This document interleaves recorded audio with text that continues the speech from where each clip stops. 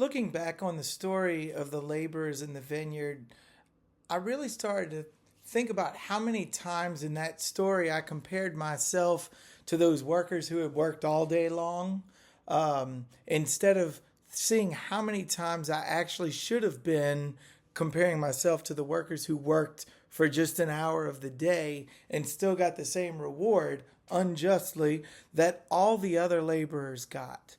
And so therefore the I really wanted to start to focus on the virtue of gratitude that comes out in this story. And the sense of gratitude and being grateful for what we have and what we're being given, rather than trying to compare ourselves to everybody else. And that comparison, that draw to really want to see how we compare to everyone else, comes from that human perspective rather than the divine perspective of justice. A human perspective of justice is like when I sit on my mom's lap and I say, Mom, who's your favorite kid? Which one of us is your favorite? And every time I'm waiting for her to say my name. That's the human perspective.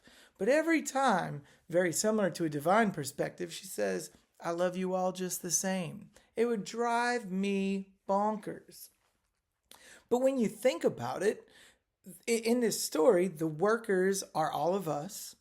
The reward is salvation in the kingdom of God, and the landowner is God, right?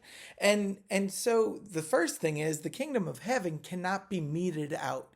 You can't get a little bit of salvation. It's either all or nothing. So you're either pregnant or you're not pregnant. Well, you either get salvation or you don't get salvation. And so I think that's the first realization that you have to come to.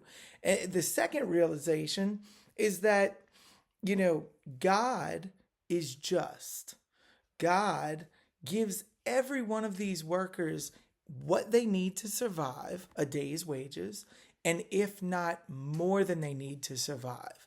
It doesn't matter if they came at the last hour when they were on their deathbed, or if they came and worked their entire lives to achieve salvation.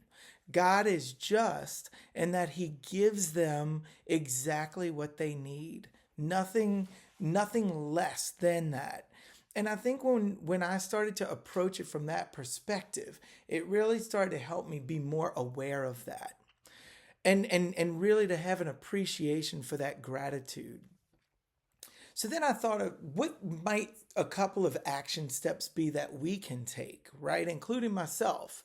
So I came up with 3 action steps. First, think of a time when you and another person were given the same gifts or the same rewards, even though you felt as if you had done more work.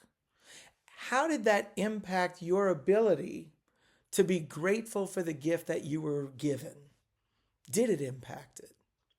Second, think about becoming more grateful for your many gifts by thinking about the things over the last week you were given that you may not have deserved, that you might have been that last hour laborer. And then finally, think about, with those 2 things in perspective, looking at things more from a mindset of gratitude rather than comparing yourself, that divine justice rather than the human justice, to help us be grateful for everything that we have, so that not only can we be aware of God's love for us, but we can then show God's love for others.